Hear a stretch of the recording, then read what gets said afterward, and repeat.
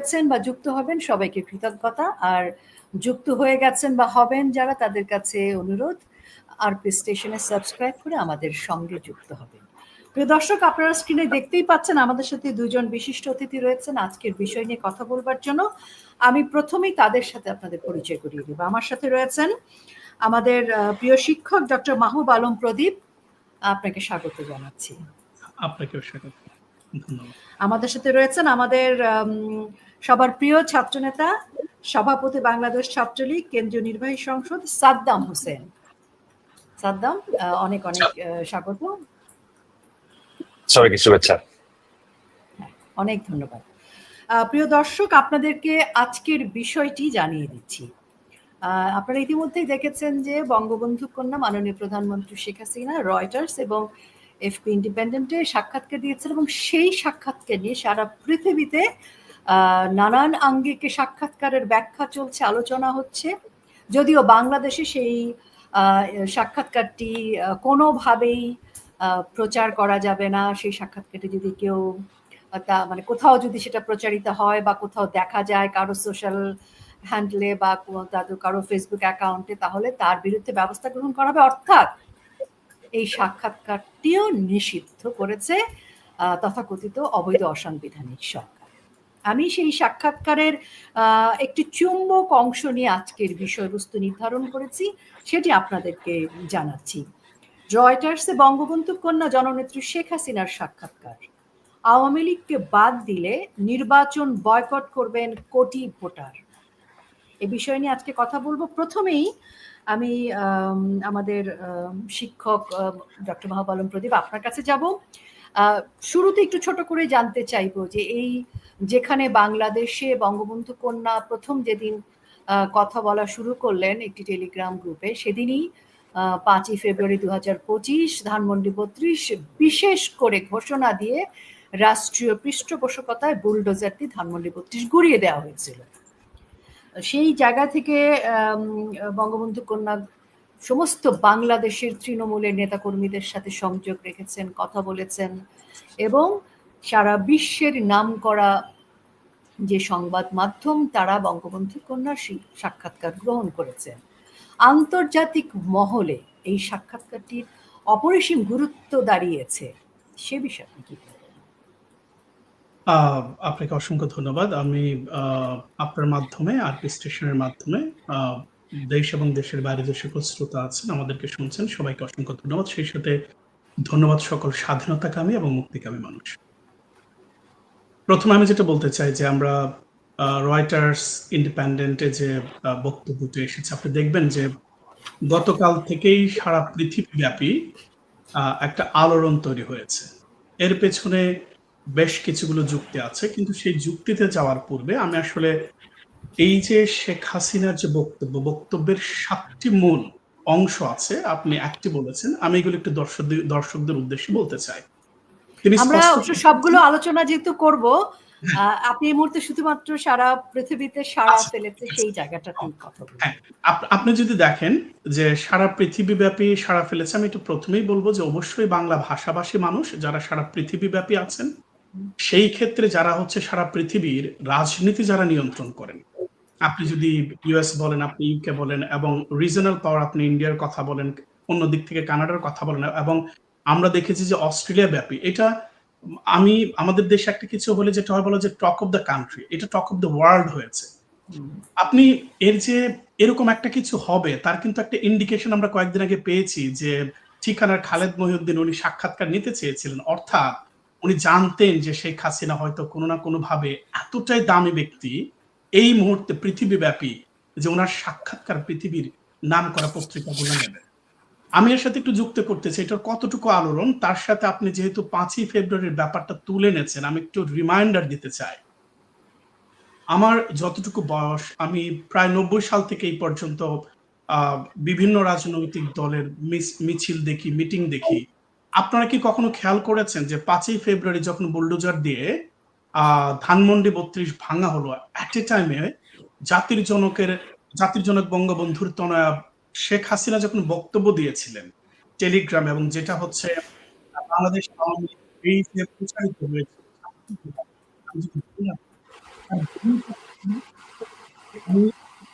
আমি দেখেছি শেখ হাসিনার সেই বক্তব্যের ভিউ হচ্ছে 33 মিলিয়ন।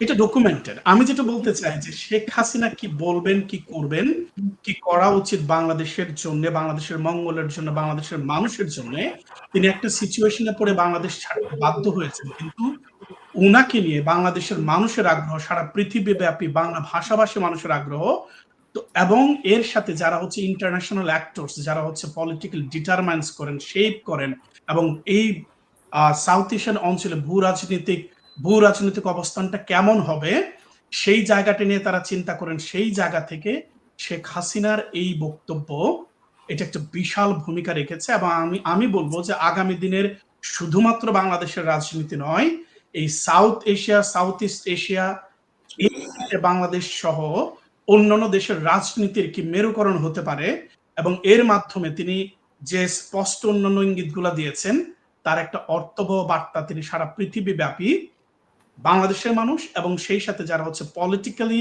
কনসার্ন তাদের মধ্যে তিনি ছড়িয়ে দিতে সক্ষম হয়েছেন। এবং এটাই বঙ্গবন্ধুর কন্যা এবং এর গুরুত্ব অপরিসীম, যেটা আমরা আজকে দেখছি যে বাংলাদেশ সরকার শেখ হাসিনার বক্তব্য হচ্ছে প্রচার বন্ধ করেছে। আপনি দেখবেন কোনো কিছু নিষিদ্ধ করলে তার প্রচার কিন্তু বেশি হয়। এই যে ধরেন পত্রিকার মাধ্যমে বলছে, আমি যখন ডেইলি স্টার একটা দেখছিলেন যে পত্রিকার মাধ্যমে বলছে যে শেখ হাসিনার বক্তব্য প্রচার করা হলে শাস্তি প্রদান করা হবে, এটাও কিন্তু একটা প্রচার। মানুষ তখন আরো ব্যাপক আগ্রহী হয়, ব্যাপক কৌতূহল দীপ্ত হয় যে কি কারণে শেখ হাসিনা কি বলেছেন যার কারণে ওনার বক্তব্যকে নিষিদ্ধ করতে হবে। তো সর্বোপরি আমি যেটা বলতে চাই, ওনার বক্তব্য এটা এই সময়ে শুধুমাত্র, আমি আগেও বলেছি, বাংলাদেশ নয়, এটা পৃথিবীর রাজনীতিতে নতুন মেরুকরণের একটা দিগন্ত উন্মোচন করেছে। অনেক ধন্যবাদ। আমরা আবারও আপনার কাছে আসব। সাদ্দাম হোসেন, মাইকটা আনমিউট করতে হবে। জি, আপনি তো ছাত্র রাজনীতি করেন এবং আপনার কাছে আপনার দলের সভানেত্রীর যে বক্তব্য, যে ভাষণ, তার মধ্যে তো নিশ্চয়ই অনেক দিক নির্দেশনা আছে, আমরা সেটা নিয়ে আলোচনা করব। কিন্তু এই সাক্ষাৎকারটি আপনার কাছে, আপনাদের তৃণমূলের সকল নেতাকর্মীদের জন্য এটা কতটা মানে সাড়া জাগানো কিংবা কতটা মানে অনুপ্রাণিত করে আপনাদের? একেবারে সোজা সাপটা যদি বলি, প্রথম কথা হচ্ছে যে আমাদের দলীয় দৃষ্টিভঙ্গি না, এই শেখ হাসিনার সাক্ষাৎকার বাংলাদেশের রাজনীতিতে রীতিমতো ভূকম্পন তৈরি করেছে।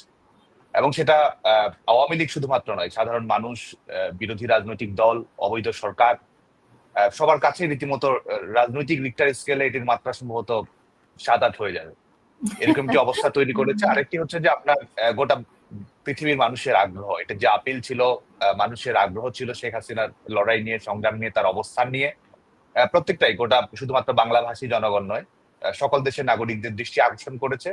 এবং আমি মনে করি যে বাংলাদেশ পার্সপেক্টিভটিকে গোটা পৃথিবীর সামনে একটা নতুন আলোয় নিয়ে এসেছে শেখ হাসিনার এই অবস্থানটুকু। আরেকটি হচ্ছে যে এই দখলদার সরকারের যে অপপ্রচার, প্রোপাগান্ডা, আইসিডি ট্রাইব্যুনালকে পলিটিক্যাল টুল হিসেবে ইউজ করা, এবং এই হত্যাকাণ্ডগুলো যেগুলো ঘটেছে তাদের মাধ্যমেই, এই দখলদার সরকারের ম্যাটিকুলাস ডিজাইনের অংশ হিসেবে যে হত্যাকাণ্ডগুলো ঘটেছে, সেগুলোর সঠিক জবাব শেখ হাসিনা সরকার প্রধান হিসেবে তুলে ধরেছেন, দলীয় প্রধান হিসেবে তুলে ধরেছেন, এবং প্রত্যেকটি অনেক বেশি কনভিন্সিং, মানুষের কাছে বিশ্বাসযোগ্য। এবং এটির মাধ্যমে দখলদার সরকারের যে প্রোপাগান্ডার স্বরূপ তিনি শেখ হাসিনা আসলে উন্মোচন করেছেন। আর একই সঙ্গে এটি কিন্তু বাংলাদেশের জন্য একটি ওয়েক আপ কল। এটি কিন্তু তিনি আজকে শেখ হাসিনা একজন স্টেটসম্যানের মতো তিনি জবাব দিয়েছেন, ভবিষ্যতের পথরেখা, রোড ম্যাপ, পথ নকশা তিনি নির্মাণ করেছেন। বাংলাদেশের স্থিতিশীলতা, গণতান্ত্রিক ভবিষ্যৎ, এটির জন্য কিন্তু তিনি, যেটি বাংলাদেশের মানুষের চাওয়াকে তিনি পূর্ণ করেছেন। কারণ মানুষের চাওয়া কি? মানুষের চাওয়া কি আওয়ামী লীগ ক্ষমতায় আসবে, আরেকটি রাজনৈতিক দল ক্ষমতায় আসবে? হ্যাঁ, এটি চাওয়া পাওয়া থাকে, কিন্তু তার চেয়ে বাংলাদেশের মানুষ এখন কি চায়? বাংলাদেশের মানুষ চায় একটা ইনক্লুসিভ ইলেকশন হবে। বাংলাদেশের মানুষ চায় বাংলাদেশের ক্ষমতার পরিবর্তনটা, ট্রান্সফার অফ পাওয়ারটি সবসময় মানুষের ভোটের মাধ্যমে হবে। সাধারণ মানুষ তার রায় দেবে, মানুষ তার মালিকানা বুঝে নেবে, মানুষ তার ওনারশিপ রিক্লেইম করবে। এটাই তো বাংলাদেশের মানুষের চাওয়া। তো শেখ হাসিনা বাংলাদেশের মানুষের চাওয়ার প্রতিনিধিত্ব করেছেন। এবং আরেকটি হচ্ছে যে বাংলাদেশের অভ্যন্তরে যারা আজকে সন্ত্রাস বিরোধী আইন, যেই সন্ত্রাস বিরোধী আইন শেখ হাসিনা ব্যবহার করেছেন বাংলাদেশকে মৌলবাদ মুক্ত করার জন্য, বাংলাদেশের মানুষকে, বাংলাদেশের জনগণের নিরাপত্তা নিশ্চিত করার জন্য, আন্তর্জাতিক সন্ত্রাসবাদী গোষ্ঠীগুলো বাংলাদেশকে যেন প্লে গ্রাউন্ড হিসেবে ব্যবহার না করতে পারে, সেই সন্ত্রাস বিরোধী আইনকে ব্যবহার করা হচ্ছে আজকে গণতান্ত্রিক অধিকার সংকোচন করার ক্ষেত্রে। এবং সেটির জন্য বাংলাদেশের অভ্যন্তরে আমরা দেখি যে এই দখলদার সরকারের সম্পূর্ণ নির্দেশনায় পরিচালিত বাংলাদেশের মিডিয়াগুলো, যারা আওয়ামী লীগ সরকারের, আওয়ামী লীগ রাজনৈতিক দলের প্রচারণা করে, এমনকি আওয়ামী লীগ সরকারের সমালোচনাও যদি আপনি করেন, আপনি কিন্তু একজন সন্ত্রাসী। তো আমার মনে হয় যে এই দখলদার সরকার এখন রয়টার্স হোক, ইন্ডিপেন্ডেন্ট ইউনাইটেড কিংডমের এই নেটওয়ার্কটি হোক, কিংবা যেই হোক, তারাও সম্ভবত ফ্যাসিবাদের দোষর, যে কারণে তারা আজকে এই শেখ হাসিনার বক্তব্য তারা প্রচার করেছেন। সম্ভবত এই বক্তব্যটি তাদের বাকি রয়েছে। তো আমি মনে করি যে শেখ হাসিনার এই বক্তব্যটি আমাদের গোটা পৃথিবীর মানুষের দৃষ্টি আকর্ষণ করেছে, তরুণ প্রজন্মের দৃষ্টি আকর্ষণ করেছে। এবং বাংলাদেশের মানুষ যে ধরনের এক ধরনের ললেসনেস পরিবেশের মধ্যে রয়েছে, এক ধরনের টার্মোয়েলের মধ্যে রয়েছে, বাংলাদেশের মানুষ যে এক ধরনের প্যারাডাইম শিফট চায়, আমি মনে করি যে বাংলাদেশের রাজনৈতিক দল মতের ঊর্ধ্বে উঠে এক ধরনের পথ নির্দেশ করেছে শেখ হাসিনার এই ইন্টারভিউটি। এবং শেখ হাসিনার দৃঢ়তা আমরা দেখতে পেয়েছি যে তিনি সমস্ত প্রতিকূলতা মোকাবেলা করা এবং দেশে ফেরার জন্য তার যে দৃঢ় আকুতি, বাংলাদেশের মানুষ তিনি উন্মুখ হয়ে আছেন দেশে ফেরার জন্য। এবং দেশে ফেরার শর্ত, শেখ হাসিনার দেশে ফেরার শর্ত কিন্তু শুধুমাত্র শেখ হাসিনার দেশে ফেরার শর্ত না। আপনি দেখুন যে তিনি বাংলাদেশের আইন শৃঙ্খলা পরিস্থিতি, বাংলাদেশের বৈধ সরকার, বাংলাদেশের সাংবিধানিক শাসন, আইনের শাসনের কথা বলেছেন।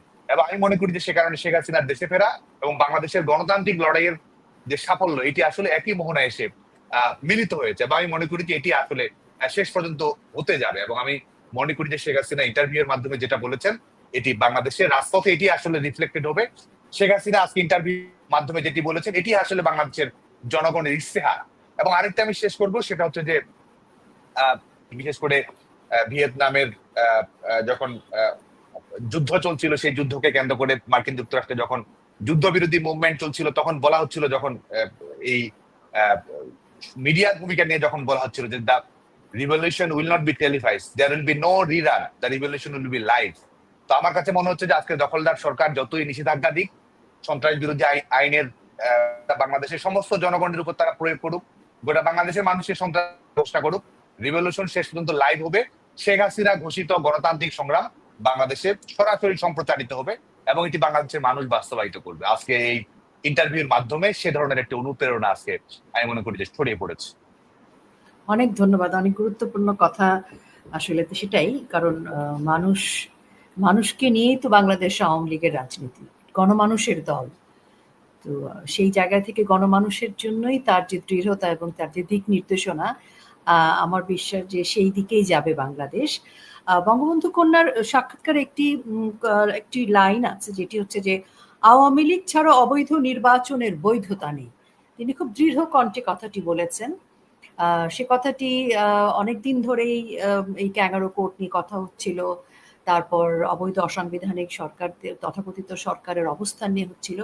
কিন্তু যখন সাক্ষাৎকারের মধ্যে এই কথাগুলো উঠে এসেছে, এখন কিন্তু মনে হয় যে এই কথাটাকে সূত্র ধরে সাধারণ মানুষ একটা সিদ্ধান্তে পৌঁছাতে পারছে। ডক্টর মাহবুব আলম প্রদীপ, আপনার মাইকটা আনমিউট করে যদি আপনি বলেন। জি জি, আমি আপনার সাথে একটু ডিফারেন্ট ওয়েতে বিশ্লেষণ করে বলতে চাই। উনি যেভাবে বলতেন যে নির্বাচনের বৈধতা, দেখেন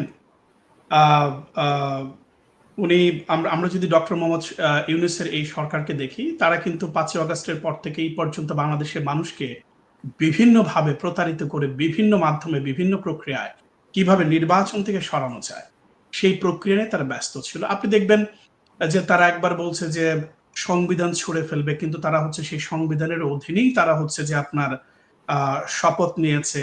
তারা হচ্ছে, আমি একটা উদাহরণ দিতে চাই যে তারা যারা সংবিধান সংস্কার করছেন, আল-ইলিয়াস সহ বা এনসিপির যে সকল নেতৃবৃন্দ, আমি গতকাল একটা টক শো দেখছিলাম, সেখানে আব্দুল নূর তুষার ছিলেন, আনিস আলমগীর ছিলেন এবং এনসিপির একজন তরুণ নেত্রী ছিলেন। আমি বক্তব্যটা খুব ভালো করে দেখছিলাম। তিনি জানেন না যে আসলে প্রেসিডেন্সিয়াল অর্ডার কি, এক্সিকিউটিভ অর্ডার কি, সংবিধান কি, জুলাই সনদ কি। এই হচ্ছে যে আপনার ডক্টর আল-ইলিয়াসের হচ্ছে সংবিধান সংস্কারের মাধ্যমে সংবিধান ফেলে দিয়ে, সমস্ত নির্বাচনী ব্যবস্থা ফেলে দিয়ে বাংলাদেশকে একটা ভিন্ন খাতে প্রবাহিত করা।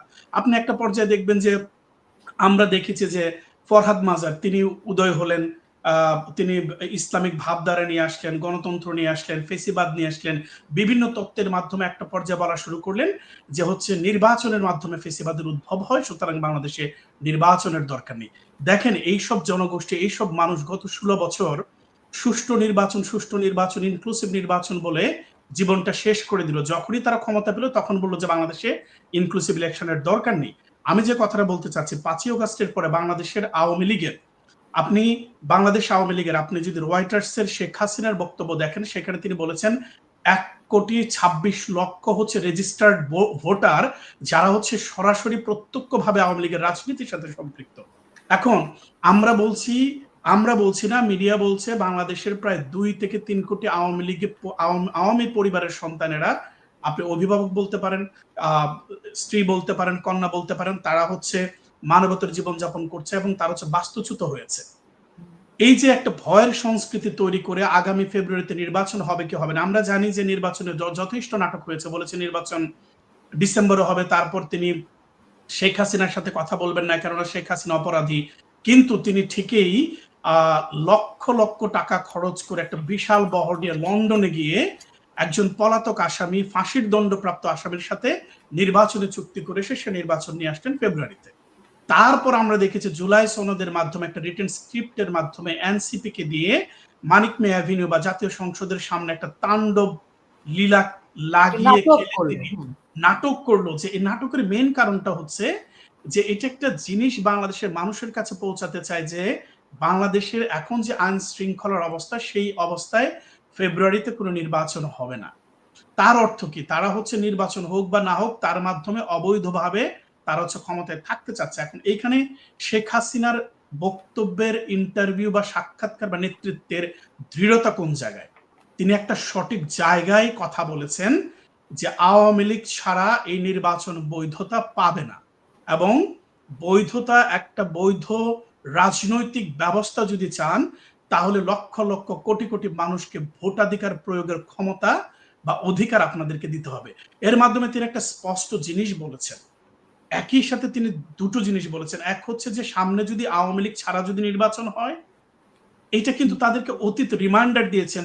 খালেদা জিয়া 1996 সালে 12ই ফেব্রুয়ারি হচ্ছে ভোটার বিয়ে নির্বাচন করেছিলেন, এবং সেই ভোটার বিয়ে নির্বাচনের আমি অনেক জায়গায় কথা বলেছি। আমি প্রথম এটা বলতে চাই, আমি অনেকে বলতে দেখিনি, এর সাথে তত্ত্বাবধায়ক সরকারের রিলেশন আছে, এবং ভোটার বিয়ে নির্বাচনের সূত্রপাত, আন্দোলনের সূত্রপাতটা কিভাবে হয়েছিল আমরা জানি। 1994 সালে মাগুরা একটা উপনির্বাচন হয়েছিল বা বাই ইলেকশন হয়েছিল, যেই ইলেকশনে খালেদা জিয়া ব্যাপক কারচুপি করেছিলেন, এবং সেই কারচুপির উপর ভিত্তি করেই আওয়ামী লীগ সরকার কিন্তু তত্ত্বাবধায়ক সরকারকে কনস্টিটিউশনাল কনসেপ্ট হিসাবে বাংলাদেশ সংবিধানে অন্তর্ভুক্ত করে, যার মাধ্যমে আমি ওই দিন নফেল ভাই বলছিলেন যে 2 মাস, সম্ভবত 36 দিন এই সরকার ক্ষমতায় ছিল, এবং আমি সেই আন্দোলনে সক্রিয়ভাবে অংশগ্রহণ করি। তখন আমার 14 বছর বয়স বা 15 বছর বয়স। সেই সরকার কিন্তু টিকে নেই, সেই সরকারকে সরতে হয়েছে। তারা আপনি দেখবেন যে নির্বাচনী যে পোস্টার থাকে তখন কিন্তু বড় আকারের পোস্টার হতো, আপনি যদি ভুলে না যান সেই পোস্টারকে তারা করেছিল 12 ইঞ্চি, 12 ইঞ্চির উপরে কোনো পোস্টার করা যাবে না, আমার স্পষ্ট মনে আছে। নির্বাচনী বিধান চেঞ্জ করে আওয়ামী লীগকে নির্বাচন থেকে সরিয়ে সে নির্বাচন করে এই সরকার টিকেছে মাত্র 36 দিন। আমরা 2007-8 জানি আওয়ামী লীগ সরকারে থাকলে ক্ষমতার দ্বন্দ্বে, আদর্শের দ্বন্দ্বে, বা হচ্ছে নিজেদের মধ্যে চিন্তার দ্বন্দ্বে, আমি যেটা বলি কি জানেন, আওয়ামী লীগ যারা করে বা যারা হচ্ছে ধর্মনিরপেক্ষ রাজনীতি করে বা স্বাধীনতাপন্থী মানুষ, তারা সত্যটা দেখতে পায়। সত্যটা দেখতে পায় বলে, ধরেন আমরা 3 জন মানুষ এখানে বসে আছি, আমরা একই আদর্শের, কিন্তু আপনি প্রাচী আপা আপনি যদি কোনো ভুল করেন, বা আমি যদি দেখি যে সাদ্দাম হোসেন কোনো ভুল করছে, আমার দলের হওয়া সত্ত্বেও সেটা আওয়ামী লীগ সমালোচনা করে, এবং সেটা আব্দুল গাফার চৌধুরী দেখিয়ে গিয়েছেন, ডক্টর আনিসুজ্জামান দেখিয়ে গেছেন। আমি যেটা বলতে চাই একদম, এখন সেই জায়গা থেকে আমি যেটা বলতে চাচ্ছি যে লগি বইটা নিয়ে কথা হয়, বলা হয় যে আওয়ামী লীগ লগি বইটা দিয়ে মানুষ মেরেছে। হ্যাঁ, আওয়ামী লীগ মেরেছে। কেন মেরেছে? আওয়ামী লীগ মারেনি, আওয়ামী লীগ প্রতিরোধ করেছে।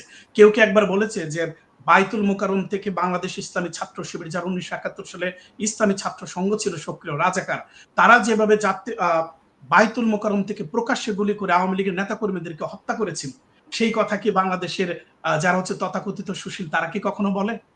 আমি শুধু এটুকু বলতে চাই, এই বক্তব্যের মাধ্যমে শেখ হাসিনা স্পষ্ট করেছেন শুধুমাত্র 96-এর ইলেকশন প্রতিহত করে না, শুধুমাত্র 2006-এর ইলেকশন ইয়াজউদ্দিন এবং আজিজ মার্কা নির্বাচন প্রতিহত করে না, মঈনুদ্দিন এবং মইনু আহমেদ এবং ফখরুদ্দিন সরকারকে হটানো না। আমি মনে করিয়ে দিতে চাই, শেখ হাসিনা 1981 সাল থেকে 1990 সাল পর্যন্ত যে আন্দোলন করেছেন, সেই আন্দোলনে কিন্তু এরশাদ 9 বছরে 388 জন ছাত্রকে গুলি করে হত্যা করেছিল। নূর হোসেন শহীদ হয়েছে। আওয়ামী লীগ এই স্পষ্ট বার্তাটা শেখ হাসিনা দিয়েছেন যে আওয়ামী লীগকে বাদ দিয়ে, যে দলটা বাংলাদেশের জন্মদাতা, সেই দলকে বাদ দিয়ে যদি নির্বাচন করে, সে নির্বাচন প্রথমত আমি জানি না ইন্ডিকেশনটা কি হবে, 1,26,00,000 যদি রেজিস্টার্ড ভোটার হয়, আপনি তার সাথে অন্তত আরো 5 জন করে মানুষ আপনি যুক্ত করেন প্রতি টোটাল ভোটারের সংখ্যা 12,60,00,000-এরও বেশি। হ্যাঁ, 60,00,000-এরও বেশি। আমি যেটা বলছি এটা সর্বশেষ। আপনি এর সাথে পরিবার যুক্ত করেন, একজন ভোটারের সাথে আপনি যদি বাংলাদেশের পরিবার যুক্ত করেন, 3 থেকে 5 জন মানুষ, তারা আওয়ামী লীগ করে। আওয়ামী লীগকে বাদ দিয়ে যদি ইলেকশন করে, সেই ইলেকশনের সত্যিই কোনো বৈধতা থাকবে না। এবং তিনি স্পষ্টত বলেছেন, ইন্ডিকেশন, অনেকে মনে করতে পারেন শেখ হাসিনা বলেছেন যে এই যে ইলেকশন হবে, সেই ইলেকশনে যদি আওয়ামী লীগ অংশগ্রহণ করতে না পারে, তাহলে তিনি দেশে আসবেন না। অনেকেই মনে করতে পারেন যারা আমরা ওই বিষয়ে একটু পরে আসবো, ওই প্রশ্নটা আমার আছে, ওটা একটু পরে আসবো। আমি সাদ্দাম হোসেনের কাছে যেতে চাই। ভোটারের সংখ্যা 12,60,00,000-এরও বেশি। আমরা বিভিন্ন খুব মানে যে জনমত জরিপগুলোকে খুব গ্রহণযোগ্যভাবে ধরা হয়, সেই জরিপগুলোতে এসছে যে একদম নির্মোহ জায়গা থেকে ভাবলেও 65 থেকে 70-এর মধ্যে বাংলাদেশ আওয়ামী লীগের পক্ষে, এবং তাদের মতামত হচ্ছে বাংলাদেশ আওয়ামী লীগ যদি নির্বাচন করতে না পারে, তারা ভোট কেন্দ্রে যাবে না। তো এটা হচ্ছে একটা সামগ্রিক চিত্র। আর বঙ্গবন্ধু কন্যা যেটি বলেছেন, আওয়ামী লীগ ছাড়া অবৈধ নির্বাচনের বৈধতা নেই, এবং তিনি যে কথাটি বলেছেন সে কথাটা জনগণের যে ব্যাখ্যা বিশ্লেষণ, যে তার যে জনগণ, তিনি সেই তিনি জনগণের কাছে তিনি হচ্ছেন একটা ভরসার নাম, এবং তার রাজনীতির ক্ষেত্রে জনগণ হচ্ছে একটা বড় শক্তির নাম। এই জায়গাটা কিভাবে ব্যাখ্যা করবেন আপনি?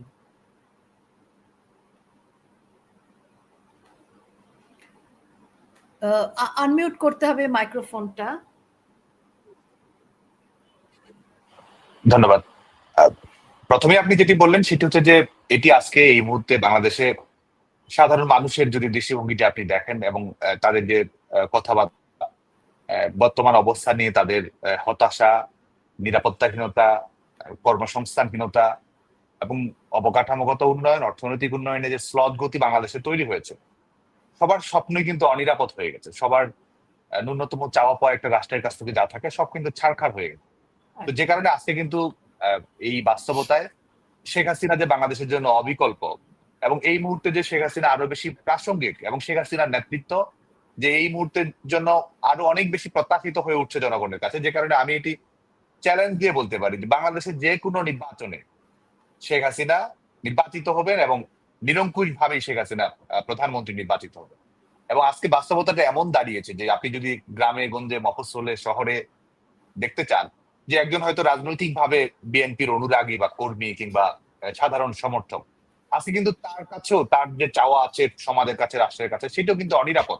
কারণ সে দেখেছে তার ব্যবসা বাণিজ্য, তার শৃঙ্খলা, তার ছেলে মেয়েদের নিরাপত্তা, ভালো লেখাপড়া, চাকরি, মেধার ভিত্তিতে চাকরি, বেসরকারি খাতের বিকাশ, সবকিছুই শেখ হাসিনার সময় হয়েছে। যে কারণে কিন্তু সবার জীবনে একটা রাজনৈতিক ভাবে যদি আপনি অন্য কোনো রাজনৈতিক দলকে সমর্থনও করেন, শেখ হাসিনার প্রতি সবার কিন্তু যে শেখ হাসিনার নেতৃত্ব যে প্রমাণিত এবং পরীক্ষিত, এবং সেটি যে আজকের জন্য আরো অনেক বেশি সামঞ্জস্যপূর্ণ হয়ে আসছে।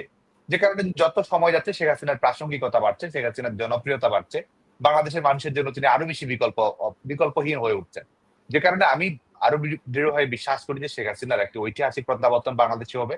বাংলাদেশের জনগণ ভালোবাসা অভিষিক্ত করে এবং ব্যালট বিপ্লবের মাধ্যমে আওয়ামী লীগকে শেখ হাসিনাকে নির্বাচিত করবে, এবং এটি সম্ভবত ইতিহাসের একটি অনিবার্য বাস্তবতার দিকে যাচ্ছে। আরেকটি হচ্ছে যে আপনি যে দ্বিতীয় অংশটি নিয়ে আলোচনা করলেন, সেটি হচ্ছে যে শেখ হাসিনা শুধুমাত্র ক্ষমতায় যাওয়ার প্রসঙ্গ নিয়ে এখানে কথা বলেননি, তিনি মানুষের কথা চিন্তা করেছেন। মানুষের নাগরিক অধিকার, ভোটের অধিকার আছে, সেই নাগরিক অধিকার, সাংবিধানিক অধিকার, মৌলিক অধিকারের বিষয়টিকে কিন্তু শেখ হাসিনা জোরের সঙ্গে উচ্চারণ করেছেন, যে মানুষ শেষ পর্যন্ত তার রায় দেবে, জনগণকে শেষ পর্যন্ত তার সিদ্ধান্ত গ্রহণের অধিকার ফিরে দিতে হবে। যে কারণে তিনি কোটি কোটি মানুষের ভোটাধিকারের কথা বলছেন। তারা রাজনৈতিকভাবে আওয়ামী লীগের সমর্থক করতে পারে, নাও করতে পারে, কিন্তু শেখ হাসিনা মানুষের ভোটাধিকারের কথা বলেছেন। শেখ হাসিনা সাংবিধানিকতার কথা বলেছেন। শেখ হাসিনা মানুষের একটা গণতান্ত্রিক রাষ্ট্র ব্যবস্থার কথা বলেছেন। এবং এটির মাধ্যমে শেখ হাসিনা আসলে সত্যিকার অর্থে তিনি যে গণতন্ত্রের মানুষ কন্যা, সত্যিকার অর্থেই তিনি যে লিগাসি বহন করেন, সেটি শুধু ৭৫ পরবর্তী বাস্তবতা নয়, সেটি একই সঙ্গে এই সামরিক স্বৈরাচারী শাসকদের হটিয়ে বাংলাদেশে সংসদীয় গণতন্ত্রের পুনঃপ্রতিষ্ঠা এবং ইনক্লুসিভ রাজনীতি। আজকে দেখুন যে আজকে 14 সালের ইলেকশন, 18 সালের ইলেকশন, 24 সালের ইলেকশন নিয়ে কথাবার্তা নানা ধরনের হয়ে থাকে। ইলেকশন গুলো তো উন্মুক্ত ছিল, রাজনৈতিক দলগুলোর নির্বাচনে অংশগ্রহণ করে স্বাধীনতা ছিল এবং ইলেকশনে তারা অংশগ্রহণ করেছে, ইলেকশনে কিন্তু তারা কম বেশি অংশগ্রহণ করেছে, এটি কিন্তু বাস্তবতা। তো শেখ হাসিনা আজকে কিন্তু সে বাংলাদেশের মানুষের ভোটের অধিকারের পক্ষে কথা বলছেন। আরেকটি হচ্ছে যে আমি এর আগে যেটি বলছিলাম যে ভবিষ্যতে তো আপনি একটা স্থিতিশীল বাংলাদেশ চান, টেকসই চান। আওয়ামী লীগ বাংলাদেশের জনগণের প্রতিনিধিত্ব করে এবং সেই জায়গায় আওয়ামী লীগ ভবিষ্যতেও বাংলাদেশের রাজনীতি, বাংলাদেশের সমাজ, বাংলাদেশের রাষ্ট্র পরিচালনায় সবসময় নির্ধারকের ভূমিকা আওয়ামী লীগই থাকবে।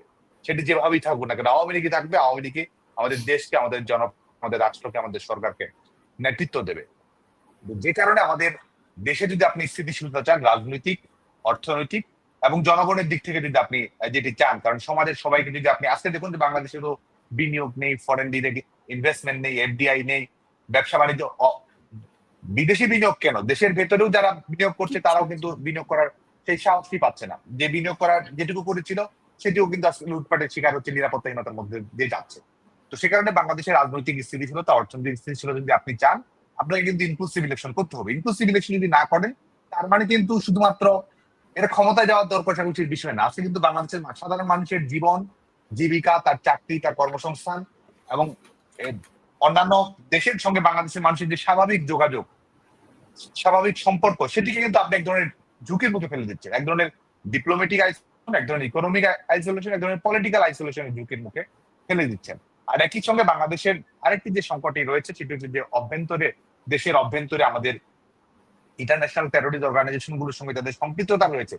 ইসলামিক মিলিটেন্ট গ্রুপ গুলো যারা রয়েছে তারা কিন্তু এই পলিটিক্যাল ভ্যাকুয়াম, রাজনৈতিক অস্থিতিশীলতার সুযোগ নিয়ে ইতিমধ্যেই তারা রাষ্ট্র ক্ষমতা করায়ত্ত করেছে। তো এটি কিন্তু এক ধরনের ইনকিউবেশন সেন্টারে পরিণত হয়েছে বাংলাদেশ এই সন্ত্রাসবাদী জঙ্গিবাদী গোষ্ঠীগুলোর জন্য। তালেবানদের সঙ্গে সেটি যোগাযোগ হোক, বিভিন্ন সন্ত্রাসবাদী নেটওয়ার্কগুলোর সঙ্গে যোগাযোগ হোক, এক ধরনের কিন্তু শরিয়া ভিত্তিক রাষ্ট্র, খেলাফত ভিত্তিক রাষ্ট্র, এটিকে কিন্তু তারা মেইন স্ট্রিম করার চেষ্টা করছে। তো যে কারণে সেই ঝুঁকিটাও কিন্তু রয়েছে, সে কারণে স্থিতিশীলতার যে ঝুঁকিটা রয়েছে সে কারণে কিন্তু শেখ হাসিনা এই বার্তাটি দিয়েছেন। আরেকটি হচ্ছে যে এই প্রোপাগান্ডা, যেটা আমি আগে করছিলাম, যে তিনি সুস্পষ্ট ভাবে বলেছেন যে এই সরকার, এই দখলদার সরকার সম্পূর্ণটাই মিথ্যার উপর প্রতিষ্ঠিত। ১৪০০, ২০০০, হাজার হাজার ডকুমেন্টেশন নেই, কোনো ধরনের প্রমাণ নেই, কোনো ধরনের প্রামাণিকতা নেই। ৮০০ জনের তালিকা দিয়েছে, সেখান থেকে আপনি দেখবেন যে আওয়ামী লীগের নেতাকর্মী, ছাত্রলীগের নেতাকর্মী, সাধারণ মানুষ যারা তার হত্যাকাণ্ডের শিকার হয়েছে তারা সেখান থেকে লিস্টেড করেছে।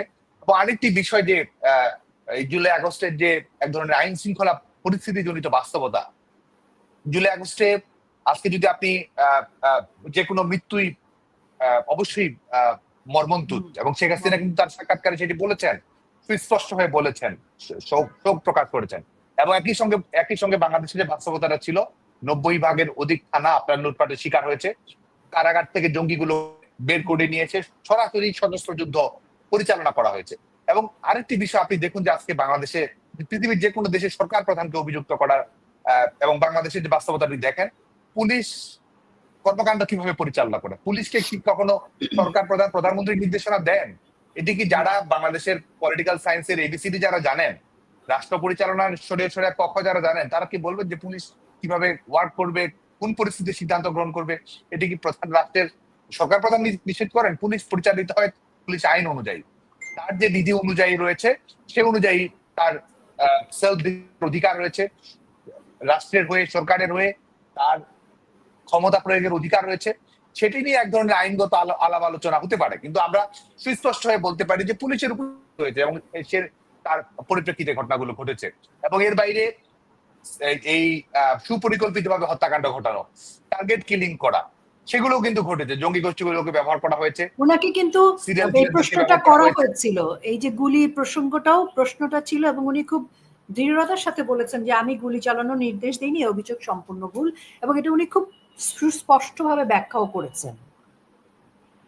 সাধারণ তিনি জবাব দিয়েছেন এবং খুবই কনভিন্সিং। যে কোনো মানুষের কাছেই যখন শেখ হাসিনাকে এটির সঙ্গে জড়ানোর চেষ্টা করা হয়, সাধারণ মানুষের কাছে কিন্তু এটি দিবালোকের মতো পরিষ্কার হয়ে যাবে।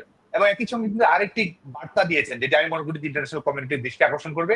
সেটি হচ্ছে যে গণতান্ত্রিক ভাবে, সাংবিধানিক ভাবে জনগণের কাছে ম্যান্ডেট প্রাপ্ত কোন প্রধানমন্ত্রী, সেটি বাংলাদেশ নয়, বাংলাদেশকে আপনি বাদ দেন, কোন দেশেই এই আজকে যে ধরনের এই পলিটিক্যাল ভ্যান্ডেটটার শিকার হচ্ছে, রাজনৈতিক প্রতিহিংসার শিকার হচ্ছে, সেটি হওয়া উচিত নয়। শেখ হাসিনা দৃঢ়তার সঙ্গে বলেছেন। এবং আমি মনে করি যে আজকে ইন্টারন্যাশনাল কমিউনিটি, সংস্থা হোক, গণমাধ্যম হোক, অন্যান্য দেশের সরকার হোক, আমি মনে করি যে কম বেশি এটি উপলব্ধি করবে এবং উপলব্ধি করেই বাংলাদেশের যে গণতন্ত্রকে রিস্টোর করতে হবে, বাংলাদেশের যে মানবাধিকার রিস্টোর করতে হবে এবং বাংলাদেশের নির্বাচিত প্রতিনিধিদের কাছে ক্ষমতা হস্তান্তর করতে হবে। ব্যাপারে একটি ঐকমত্য যেন তৈরি হয়, এ ব্যাপারে এক ধরনের কমন কনসেনসাস যেন তৈরি হয়। আমি মনে করি যে শেখ হাসিনার বার্তাটি সে জায়গা থেকেও এক ধরনের সচেতনতা তৈরি করবে সবার মধ্যে। অনেক ধন্যবাদ। আমি একটা ছোট্ট প্রশ্ন আপনাকে করতে চাই, তারপর আমি ডক্টর মাহবুব আলম প্রদীপ আপনার কাছে যাব। সেটি হচ্ছে বঙ্গবন্ধু কন্যাকে আমরা এর আগে কয়েকজন, যেমন প্রথমে শুরুতেই মাহবুব আলম প্রদীপ আপনি বোধহয় বলছিলেন যে একজন ওনার ইন্টারভিউ নিতে চাচ্ছিল, এবং তারপর তার ইন্টারভিউ নেয়ার সময়ের ক্ষেত্রে যে বক্তব্যটি ছিল সেটি খুব দৃষ্টিকটু ছিল। তো সেই জায়গায় থেকে আমার মানে এখন যখন বঙ্গবন্ধু কন্যা আন্তর্জাতিকভাবে যখন তার সাক্ষাৎকারটি সব জায়গায় প্রচারিত হচ্ছে, তখন কিন্তু এই বিষয়টিও উঠে এসছে যে, সেটিও আপনি বলবেন যে বাংলাদেশের গণমাধ্যমকে তার কাছে পৌঁছাতে দিচ্ছে না এবং আজকে এই সাক্ষাৎকারটি নিষিদ্ধ। এই বিষয়টি আমি একটু আপনার কাছে শুনতে চাই। বলি, সেই ভদ্রলোক আপনাকে একবার সাক্ষাৎকারের জন্য ডেকেছিল, আপনাকে একবার তার অনুষ্ঠানে আমন্ত্রণ করে তারপর আপনাকে সেই অনুষ্ঠানে নেয়ার সাহস তিনি রাখেননি। জি বলুন।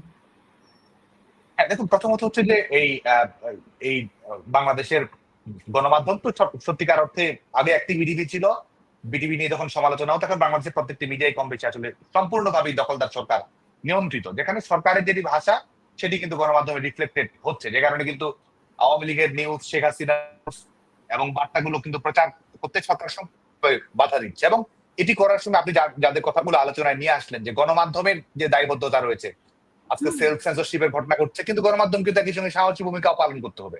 কিন্তু আজকে দেখুন যে আজকে তারা বিভিন্ন ধরনের বিভিন্ন ধরনের আইনের তারা কথা বলছে, ধারার কথা বলছে, কিন্তু আজকে দেখুন যে আজকে রয়টার্স বলুন কিংবা আজকে আমি যেটুকু ধারণা করছি, পৃথিবীর সর্বাধিক পরিচিত গণমাধ্যমগুলো কম বেশি শেখ হাসিনার প্রতি প্রচন্ড আগ্রহী এবং তারা সেই সাক্ষাৎকারগুলো ক্রমান্বয়ে নিয়ে আসবে। আজকে তারা কি তাদের দেশীয় আইন না আন্তর্জাতিক আইন, নাকি যে স্ট্যান্ডার্ড অপারেটিং প্রসিডিউর যেটি রয়েছে তারা কোনটি লঙ্ঘন করছে? তো যারা আজকে দোহাই দিচ্ছে আইনের, যে একদম সঠিক দায়িত্বটি পালন করছে না এবং তারা যে এক ধরনের ভুল তথ্য দিচ্ছে, ভুল যুক্তি দিচ্ছে, আজকে কিন্তু সেটি প্রমাণিত হয়েছে। আমি বরং গণমাধ্যম যেন আরো সাহসী হয়, সেই আহ্বানটুকু আমি সবার কাছে রাখবো।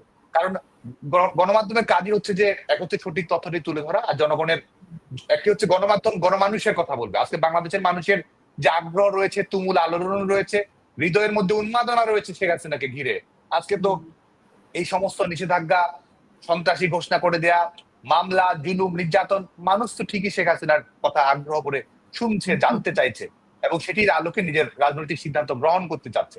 তো গণমাধ্যমের কাজই তো হচ্ছে যে সেই কথাগুলো তুলে ধরা, এবং সেটি কিন্তু আমরা দেখতে পাচ্ছি না। তো আমি বিশ্বাস করি যে সেটি শেখ হাসিনার এই সাক্ষাৎকারের মাধ্যমে আসলে যারা বিভিন্ন ধরনের জুজুর ভয় দেখাচ্ছিল, যারা বিভিন্ন ধরনের আইনের মারপ্যাচ দেখাচ্ছিল, যে তাদের আইনের মারপ্যাচ দিয়েও আসলে এক ধরনের ভুল তথ্য যুক্তি এবং ভুল আইনের মারপ্যাচই যে তারা দেখাচ্ছিল, এটিও কিন্তু আসলে উন্মোচিত হয়ে গেছে বলে আমি মনে করি। একদম একদম, অনেক ধন্যবাদ ডক্টর মাহবুব আলম প্রদীপ। আপনি তখন যে প্রসঙ্গটি তুলছিলেন, আমি আপনাকে তখন থামিয়ে অন্য প্রসঙ্গে চলে গিয়েছিলাম। এবার আপনি সেই প্রসঙ্গে কথা বলতে পারেন। জি, একটু আনমিউট করে নিতে হবে, একটু আনমিউট করে নিন। ওকে, ধন্যবাদ। আমি এই প্রসঙ্গে যাওয়ার আগে আমি আসলে পূর্বের প্রসঙ্গে শুধু একটু যুক্ত করতে চাই যে, দেখেন, আপনি যেহেতু সাংস্কৃতিক ব্যক্তিত্ব, আপনি অধ্যাপক মলয় কুমার ভৌমিককে খুব ভালো করে চিনেন, 2100 পদকপ্রাপ্ত নাট্যকার। তো ওনার একটা বই আছে, আমি যদি ভুল না করি, পারাপার। সেখানে যে নায়কের যে চরিত্র, তার তিনি হচ্ছে যে ভারত এবং বাংলাদেশের সীমান্তে হচ্ছে যে মালামাল পারাপার করেন, এবং একটা পর্যায়ে তিনি হচ্ছে পুলিশ গ্রেফতার করে, কেন তার হচ্ছে ভিসা ছিল না। তো শেষ ডায়ালগটা ছিল এরকম, বনের পাখি ওপারে যাইছে, নদীর মাছ ওপারে যাইছে, গরু ছাগল ওপারে যাইছে, মানুষ হয়ে আমি যাইতে পারবো না কেন? মানুষের কোনো সীমানা নাই। আমি যেটা বলতে চাই, আজকে যারা আওয়ামী লীগের আদর্শকে বাক্সবন্দি করতে চায়, সীমানায় বন্দি করতে চায়, শেখ হাসিনার নেতৃত্বকে সীমানায় বন্দি করতে চায়, তাদের এখান থেকে শিক্ষা নেওয়া উচিত। আওয়ামী লীগ ৭৫ বছরের রাজনৈতিক দল, তাদের আদর্শের কোনো সীমারেখা নেই, তাদের আদর্শ সারা পৃথিবী ব্যাপী। আমি ফিরে আসছি সেই কথায়, যে আমি কথাটা বললাম কেন, শেখ হাসিনার সাক্ষাৎকার আসার পরে আমার কাছে বেশ কয়েকজন বিষয়টা জানতে চেয়েছেন, যে আসলে উনি বলেছেন যে পর্যাপ্ত মানে বৈধ মানে হচ্ছে যদি নির্বাচন না হয়, নির্বাচনের যদি বৈধতা না হয়, এবং তার সরকার যদি সেই নির্বাচনে অংশগ্রহণ করতে না পারে, তাহলে তিনি হচ্ছে ভারতেই থাকতে চাইবেন, যদিও তিনি অত্যন্ত ভালোবাসেন বাংলাদেশে আসতে এবং অধীর আগ্রহ অপেক্ষা করছেন। অনেকেই হয়তো ভাবছেন যে এর মাধ্যমে শেখ হাসিনা একটা ভিন্ন বার্তা দিয়েছেন। না, এর মাধ্যমে শেখ হাসিনা কাপুরুষতা বা হচ্ছে যে ভয় পাওয়া ওই বার্তাটা তিনি প্রদান করেননি। তিনি যে বার্তাটা প্রদান করতে চেয়েছেন, যে এই মুহূর্তে বাংলাদেশে মানবাধিকারের লঙ্ঘন এটা সর্বোচ্চ সংখ্যায় পৌঁছেছে। একটা ক্যাঙ্গারো কোর্টের মাধ্যমে ওনার পক্ষে কোনো প্রকার, আওয়ামী লীগের পক্ষ থেকে কোনো প্রকার আইনজীবী নিয়োগ করতে না দিয়ে, রাষ্ট্র কর্তৃক একটা সাজানো নাটকের মাধ্যমে উনার বিচারের রায় ইতিমধ্যে লিখে আদেশের মাধ্যমে সেটা বাস্তবায়ন করতে চাচ্ছেন। এর মাধ্যমে তিনি যেটা করেছেন, সারা পৃথিবী ব্যাপী একটা বার্তা ছড়িয়ে দিয়েছেন, যে সেটা হচ্ছে তিনি যেভাবে আন্তর্জাতিক অপরাধ ট্রাইব্যুনালে যুদ্ধ অপরাধীদের বিচার করেছিলেন, আর ওনার বিচার বা আওয়ামী লীগের নেতা কর্মীদের যে বিচারটা হচ্ছে সেটা স্বচ্ছ না। এর মাধ্যমে তিনি হচ্ছে দেশীয় এবং আন্তর্জাতিক কমিউনিটির দৃষ্টি আকর্ষণ করেছেন, এবং আমি মনে করি এর মাধ্যমে এই সরকারের এই বিচার প্রক্রিয়া অবশ্যই অবশ্যই এটা ব্যাক পেতে হবে। কারণ এখানে তিনি একটা ভয় ধরিয়ে দিয়েছেন, একটা ভুল ধরিয়ে দিয়েছেন। সর্বোপরি তিনি ইন্টারন্যাশনাল কমিউনিটিকে জানাতে চেয়েছেন, বাংলাদেশে বিচারের নামে যে প্রহসন হচ্ছে সেটা বন্ধ করতে হবে, এবং সেটা বন্ধ হবে শুধুমাত্র একটা প্রক্রিয়ার মাধ্যমে, সেটা হচ্ছে যদি বাংলাদেশে ইনক্লুসিভ ইলেকশন হয়, এবং ইনক্লুসিভ ইলেকশন বলতে যদি হচ্ছে আওয়ামী লীগকে নির্বাচনে নিয়ে আসা হয়।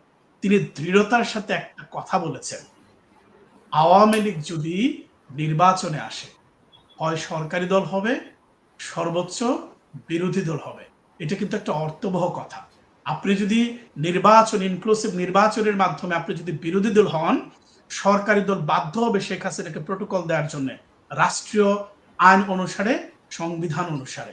আমরা জানি এই সরকার 21 আগস্টের গ্রেনেড হামলা করেছেন, নেত্রী গ্রেনেড হামলা ভয় পান না। উনার উপরে 21 বার, এটা নিয়ে 22 বার হত্যাকাণ্ডের চেষ্টা করা হয়েছে। উনি আল্লাহর রহমতে বেঁচে আছেন, বেঁচে থাকবেন। উনি এই জায়গাটা ইন্ডিকেট করেছেন, এই সরকারের আইন শৃঙ্খলার অবনতি, এই সরকারের পক্ষপাতমূলক বিচার, এই সরকারের প্রহসনের বিচারের প্রতি তিনি একটা অঙ্গুলি নির্দেশ করেছেন, প্রশ্ন ছুড়ে দিয়েছেন। আপনারা ভয় পাবেন না, শেখ হাসিনা আসলে ভয় পাওয়ার মতো মানুষ তিনি নন। অনেক ধন্যবাদ।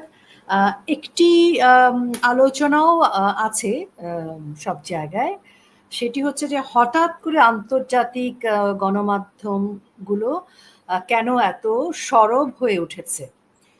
কেউ কেউ বলছে যে ডিপ স্টেট কোনো কারণে ভয় পেয়েছে কিনা, বা ডিপ স্টেটের কাছে তথাকথিত অবৈধ অসাংবিধানিক সরকারের পরিস্থিতি বা পজিশন কি পরিবর্তন হয়েছে কিনা, আর যদি হয় তাহলে কারণটা কি। কেউ কেউ বলছেন সেই কারণটা হচ্ছে 31শে অগাস্ট ঢাকার ওয়েস্টিন হোটেলে একজন মার্কিন অফিসারের, গোয়েন্দা অফিসারের রহস্যজনক মৃত্যু, এবং সেই মৃত্যুর পর তার ডেড বডিটি, যেটা প্রোটোকল অনুযায়ী পোস্টমর্টেম করার কথা, সেটি হয়নি, বা কেন, কোথা থেকে এই মানুষটি এসে এতদিন ধরে 6 মাস ধরে সেখানে ছদ্মবেশে বসবাস করছে, তার কোনো কিছুই কোনো তথ্যপাত্র বাংলাদেশের মানুষের কাছে, গণমাধ্যমের কাছে স্পষ্ট নয়। কিন্তু বলা হচ্ছে যে এই গোয়েন্দা যে সে এসেছিল আসলে নরেন্দ্র মোদী এবং বঙ্গবন্ধু কন্যা এবং আরো কিছু হত্যা পরিকল্পনা নিয়ে, আরো কিছু ঘটনা ঘটানোর জন্য, যার মধ্য দিয়ে দুই দেশের পরিস্থিতি উত্তপ্ত হতে পারে, গৃহযুদ্ধ হতে পারে, এরকম কিছু। তো এরকম নানান কথা খুব চলছে চতুর্দিকে। এই যে অনেক তারপরে অস্ত্র আসছে, তারপরে জঙ্গিরা এসেছে এবং সেই জঙ্গিদের প্রশিক্ষণ হচ্ছে এবং সেই প্রশিক্ষণের বিষয় নিয়ে তারা সশস্ত্র হামলা করতে পারে এবং কনফিডেন্টলি আমরা শুনছি যে এনসিপি সহ বিভিন্ন এবং ইউনূসের আশেপাশের যারা একদম যাদেরকে তিনি ক্ষমতায় নিয়ে যেতে চান কারচুপি করে হলেও, সেই জঙ্গি সাম্প্রদায়িক যে উগ্র গোষ্ঠীর উত্থান ঘটছে, এই বিষয়গুলোতে আন্তর্জাতিক গণমাধ্যম ভীষণ রকমভাবে সচেতন এবং উদ্বেগ প্রকাশ করছে। এবং আমরা সজীব জয় তার সাক্ষাৎকারও দেখেছি, এপিকে তিনি যে সাক্ষাৎকার দিয়েছেন সেখানেও এটি খুব সুস্পষ্টভাবে উল্লেখ করেছেন। এরকম অবস্থায় বাংলাদেশ আওয়ামী লীগ কতখানি প্রস্তুত, এই পরপর দুটো সাক্ষাৎকারের পর আজকে বাংলাদেশ আওয়ামী লীগের পক্ষ থেকে বাংলাদেশ আওয়ামী লীগের অবস্থানটা কোথায়? আমি একটু বড় করে বললাম কারণ এটা একটা লম্বা প্রেক্ষাপটের মধ্য দিয়ে আমরা যাচ্ছি, সে কারণে। আমি বলবো, ওকে। না, আমি আগে সাদ্দামের কাছ থেকে শুনে নিই। Thank you. ধন্যবাদ। আপনি গণমাধ্যমের আগ্রহের যে বিষয়টি বললেন, আমি মনে করি যে একই সঙ্গে এটি গণমাধ্যমের উপলব্ধি, আন্তর্জাতিক গণমাধ্যমের উপলব্ধি। কারণ আন্তর্জাতিক গণমাধ্যম কিন্তু দীর্ঘ সময় ধরে শেখ হাসিনাকে দেখেছেন। শেখ হাসিনা মিলিটারি ডিক্টেটরশিপের বিরুদ্ধে লড়াই করেছেন, দায়িত্বে এসেছেন, নেতৃত্বে এসেছেন, মানুষের ভোটের অধিকার প্রতিষ্ঠিত করেছেন। এবং সবচেয়ে বড় কথা, আপনি দেখুন যে আন্তর্জাতিক গণমাধ্যমগুলো বিভিন্ন রাজনৈতিক নেতৃত্বকে নিয়ে বিভিন্ন দেশের যে ধরনের মূল্যায়ন গুলো করে এবং যেটার ভিত্তিতে বিভিন্ন ধরনের সংবাদ হোক বা মূল্যায়ন হোক বা প্রতিবেদন হোক সেগুলো করে, শেখ হাসিনা কিন্তু সবসময় একজন গ্লোবাল আইকন ছিলেন, একজন চ্যাম্পিয়ন ছিলেন শেখ হাসিনা গোটা পৃথিবীতে। শেখ হাসিনার যে রাষ্ট্রনায়কোচিত নেতৃত্ব, তার ক্যাবিনেট ভর্তি কিন্তু আপনি দেখবেন যে ইন্টারন্যাশনাল অ্যাচিভমেন্টের ট্রফি। সেটি প্রত্যেকটি ক্ষেত্রে আপনি দেখুন, গোটা পৃথিবীর কাছেই কিন্তু নারীর ক্ষমতায়নের বিষয়টি সবচেয়ে বেশি আগ্রহের বিষয়বস্তু। শেখ হাসিনা উইমেন এম্পাওয়ারমেন্টের ক্ষেত্রে গোটা পৃথিবীতে একজন আইকন, তিনি প্ল্যানেট 50-50 অ্যাওয়ার্ড পেয়েছেন। আপনি দেখুন যে জলবায়ু পরিবর্তনের আন্দোলন, যেটি গোটা পৃথিবীর কাছে সবচেয়ে গুরুত্বপূর্ণ বিষয়, জলবায়ু পরিবর্তনের আন্দোলনের কণ্ঠস্বর ছিলেন শেখ হাসিনা। আপনি দেখুন যে আন্তর্জাতিক সন্ত্রাসবাদ, মৌলবাদী সন্ত্রাসবাদ, এই আন্তর্জাতিক সন্ত্রাসবাদ মোকাবেলা করার ক্ষেত্রে বাংলাদেশ গোটা পৃথিবীর সামনে ছিল একটা উদাহরণ যে কিভাবে আন্তর্জাতিক সন্ত্রাসবাদকে, ধর্মীয় সন্ত্রাসবাদকে কিভাবে মোকাবেলা করতে হয়। আপনি দেখবেন যে দারিদ্র দূরীকরণের ক্ষেত্রে শেখ হাসিনা ছিলেন গোটা পৃথিবীর কাছে একজন দৃষ্টান্ত স্থাপনকারী নেতৃত্ব। যে এই জাতিসংঘের ঘোষিত যে মানদণ্ডগুলো রয়েছে, সেটি মিলেনিয়াম ডেভেলপমেন্ট গোল হোক, সাস্টেইনেবল ডেভেলপমেন্ট গোল হোক, প্রত্যেকটি ক্ষেত্রেই শেখ হাসিনা একমাত্র গণতান্ত্রিক বিশ্বের নেতা, এগুলো তিনি সাফল্যের সঙ্গে নেতৃত্ব দিয়েছেন। জাতিসংঘের সবচেয়ে বেশিরভাগ তিনি নেতৃত্ব দিয়েছেন, কথা বলেছেন, দেশের মানুষের কথা বলেছেন, ডিজিটাল প্রযুক্তিকে ব্যবহার করে কিভাবে মানুষের ভাগ্য বদলে দেওয়া যায়, এর জন্যও কিন্তু শেখ হাসিনা নেতৃত্ব দিয়েছেন। এবং একই সঙ্গে বাংলাদেশের যে ভূ রাজনৈতিক ভারসাম্য, কূটনৈতিক ভারসাম্য এবং কূটনৈতিক ভারসাম্যের মধ্যে বাংলাদেশের মানুষের স্বার্থের সুরক্ষা করে প্রত্যেকটি ক্ষেত্রে। এবং গোটা পৃথিবীর আগ্রাসন যদি দেখেন, সেটি ফিলিস্তিনের মানুষের পক্ষে কথা বলা হোক, যুদ্ধের বিপক্ষে কথা বলা হোক, অর্থ অস্ত্রের ভিত্তিক বিশ্ব ব্যবস্থার বিরুদ্ধে কথা বলা হোক, শেখ হাসিনা কিন্তু গোটা পৃথিবীর মানুষের জন্য আগ্রহের কারণ ছিলেন। তো যে কারণে আমি মনে করি যে গণমাধ্যমের নিজস্ব উপলব্ধি রয়েছে, যে কারণে কিন্তু শেখ হাসিনাকে নিয়ে মূল্যায়নগুলো তারা তৈরি হয়েছে। এবং আমি আগের শেখ হাসিনার এই ইন্টারভিউটার আরেকটি আলোচনা শেষ করি, সেটা হচ্ছে যে শেখ হাসিনা কিন্তু আওয়ামী লীগের এই রাজনৈতিক যে নিষেধাজ্ঞা দেওয়া হয়েছে দখলদার সরকারের বেআইনি নিষেধাজ্ঞা, সেখানে কিন্তু আওয়ামী লীগের নিষেধাজ্ঞা শুধুমাত্র দলীয় দৃষ্টিকোণ থেকে তিনি বলেননি। তিনি বলেছেন যে এটি একই সঙ্গে যেমন অন্যায় সিদ্ধান্ত, একই সঙ্গে এটি আত্মঘাতী সিদ্ধান্ত। কারণ এই আত্মঘাতী সিদ্ধান্ত শুধুমাত্র কিন্তু আওয়ামী লীগের জন্য নয়, এটি দেশের জন্য, অন্যান্য রাজনৈতিক দলের জন্য। এমনকি অন্যান্য রাজনৈতিক দল যারা ভবিষ্যতে, আওয়ামী লীগ সবসময় ক্ষমতায় থাকবে বিষয়টা এমন নয়, অন্যান্য রাজনৈতিক দলও তো ক্ষমতায় আসতে পারে, তো তাদের জন্যও কিন্তু আত্মঘাতী। তো শেখ হাসিনার এই যে বার্তাটি ছিল, এটি আমি মনে করি যে তিনি গোটা দেশের মানুষের নেতা হয়ে, বাংলাদেশের নেতা হয়ে, আজকে তারা যেভাবে বলেছে বাংলাদেশ হাসিনা, আসলে তিনি নেতা শেখ হাসিনা হয়েই তিনি বলেছেন। আরেকটা হচ্ছে যে প্রতিরোধী এই যে দখলদার সরকারের প্রোপাগান্ডা, দেশ ধ্বংসী কর্মকাণ্ড, ষড়যন্ত্র, বিলিয়ন ডলার ব্যয় করে শেখ হাসিনার বিরুদ্ধে ক্যাম্পেইন পরিচালনা করা, সবকিছুর বিরুদ্ধে কিন্তু শেখ হাসিনা যে একজন প্রতিরোধের আইকন, এবং তিনি দৃঢ়তার সঙ্গে বলেছেন যে সব পলিটিক্যাল টুল হিসেবে ব্যবহার করা হচ্ছে আইসিসি ট্রাইব্যুনালকে। এর আগেও তার উপরে আক্রমণ এসেছে এবং জনগণই তার জবাব দিয়েছে, এটি কিন্তু প্রমাণিত হয়েছে। আরেকটি বিষয় হচ্ছে যে হাসিনা দৃঢ়তার সঙ্গে বলেছেন যে এটি শুধুমাত্র তার পারিবারিক বা ব্যক্তিগত কোনো বিষয় নয়। আজকে বাংলাদেশে যা হচ্ছে, বাংলাদেশের গণতান্ত্রিক সংকটের বিষয়ে, আজকে বাংলাদেশে যা হচ্ছে সেটা হচ্ছে মুক্তিযুদ্ধের অঙ্গীকার থাকবে কি থাকবে না সেটির সঙ্গে সম্পৃক্ত একটি বিষয়। আজকে যা হচ্ছে এটি বাংলাদেশের সাধারণ মানুষের, খেটে খাওয়া মানুষ যারা রাজনীতির সাথেও নাই পাতেও নেই, তাদের সঙ্গে সম্পৃক্ত একটি বিষয়। সে কারণে শেখ হাসিনা কিন্তু এদের গোটা বাংলাদেশের মানুষের সঙ্গে সম্পৃক্ত একটি বিষয়, সেটি তিনি বলেছেন। আর আপনি যদি বলছেন যে আওয়ামী লীগের করণীয়, ছাত্রলীগের করণীয়, সাধারণ মানুষের যেটি করণীয়, অবশ্যই আমি মনে করি যে শেখ হাসিনার এই বার্তার পরে তৃণমূলের নেতাকর্মী তারা যেমন উজ্জীবিত হবে এবং একই সঙ্গে একটি বৃহত্তর গণতান্ত্রিক ঐক্য, সাধারণ মানুষ নাগরিকদের যে ঐক্য প্রয়োজন, শেখ হাসিনার এই বক্তব্যের মাধ্যমে, ইন্টারভিউর মাধ্যমে সেই সুযোগটা তৈরি হয়ে যায়। একটা গণতান্ত্রিক রোডম্যাপ বাংলাদেশের মানুষ পেয়েছে, একটা আন্দোলনের রোডম্যাপ বাংলাদেশের মানুষ পেয়েছে, এবং একই সঙ্গে বাংলাদেশের মানুষ যে পরাজিত হবে না এই এই এই ত্রস্ত পরিবেশ, এই ভয়ার্থ পরিবেশ, এটির বিপক্ষে দাঁড়িয়ে যে বাংলাদেশের মানুষই জয়ী হবে, শেখ হাসিনার কণ্ঠ, শেখ হাসিনার এই ইন্টারভিউর মাধ্যমে, শেখ হাসিনার এই কথার মাধ্যমে আমি মনে করি যে বাংলাদেশের মানুষ আজকে সেই আশাটা খুঁজে পেয়েছে, লড়াইয়ের স্পিরিটটা, সেই স্পৃহাটা খুঁজে পেয়েছে যে শেষ পর্যন্ত আলো জয়ী হবে, শেষ পর্যন্ত শুভ শক্তির জয়ী হবে, শেষ পর্যন্ত গণতান্ত্রিক শক্তির জয়ী হবে। আমি মনে করি যে শেখ হাসিনার এই যে বার্তা, এটির মাধ্যমে আমরা মনে করি যে সকল রাজনৈতিক দল, গণতন্ত্রকামী সকল রাজনৈতিক দলের জন্যই শেখ হাসিনা একটা ওয়েক আপ কল দিয়েছেন। খুব ভালো, অনেক ধন্যবাদ ডক্টর মাহবুব প্রদীপ। আমি যে কথাগুলো প্রশ্ন করেছিলাম সেটার এক ধরনের ব্যাখ্যা আমরা সাদ্দাম হোসেনের কাছে পেয়েছি, সেটা রাজনৈতিক, সামাজিক এবং আন্তর্জাতিক মাধ্যমের।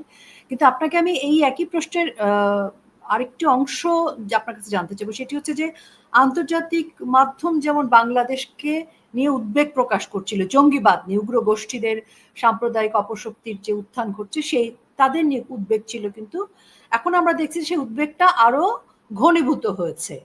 তো সেই জায়গায় থেকে বঙ্গবন্ধু কন্যা কিন্তু জঙ্গিবাদের বিরুদ্ধে জিরো টলারেন্স তিনি প্রমাণ করেছিলেন তার সময়।